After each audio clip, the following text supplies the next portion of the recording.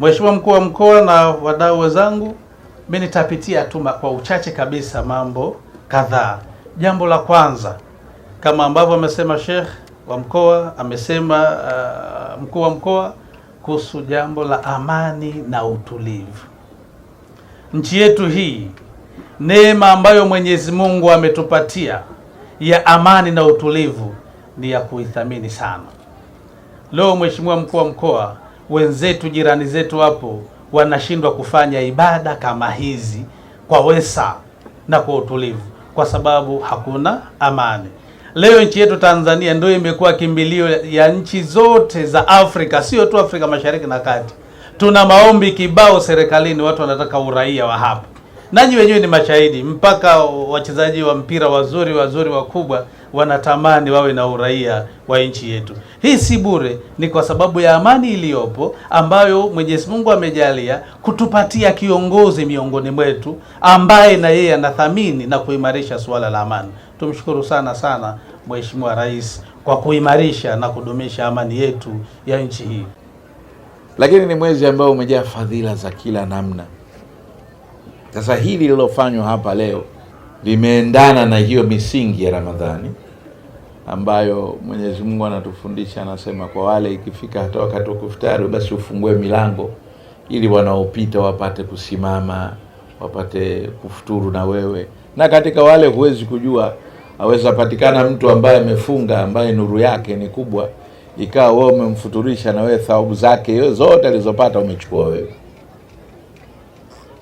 Sio umemnyang'anya, yani yeye kabaki nazo na wewe umepata za kwake. Sasa kuna mambo mengi sana ambayo huu mwezi unaofanya umekuwa ni mwezi wa heri na mwezi wa baraka kubwa, na jambo hili lilofanywa wala kuamua kwamba jambo hili la kushirikiana na kula na watu wa aina wote, watu wa madhehebu yote, yanapelekea ile sura ya ukarimu ambao unahimizwa ndani ya mwezi wa Ramadhani, ya mapenzi yanayohimizwa ndani ya mwezi wa Ramadhani. Ndugu zanguni, tupo kwa ajili ya iftar. Tupo kwa ajili ya iftar iliyoandaliwa na ndugu zetu. Lakini iftari hii ukienda ukiyatazama maneno yaliyotangulizwa na ndugu yetu aliyosoma Qur'an kuelezea ule utukufu wa mwezi mtukufu huu tuliokuwa nao Ramadhan, lakini akenda akazungumzia na jambo muhimu ambalo linalofungamana ndani ya masiku haya, ikiwa ni pamoja na kufanya dua. Mheshimiwa mgeni rasmi, katika kipindi tulichokuwa nacho sisi haswa wana Morogoro, katika kipindi tulichokuwa nacho, jambo letu kubwa sisi ni kufanya dua. Na kwa nini tunakithirisha kufanya dua?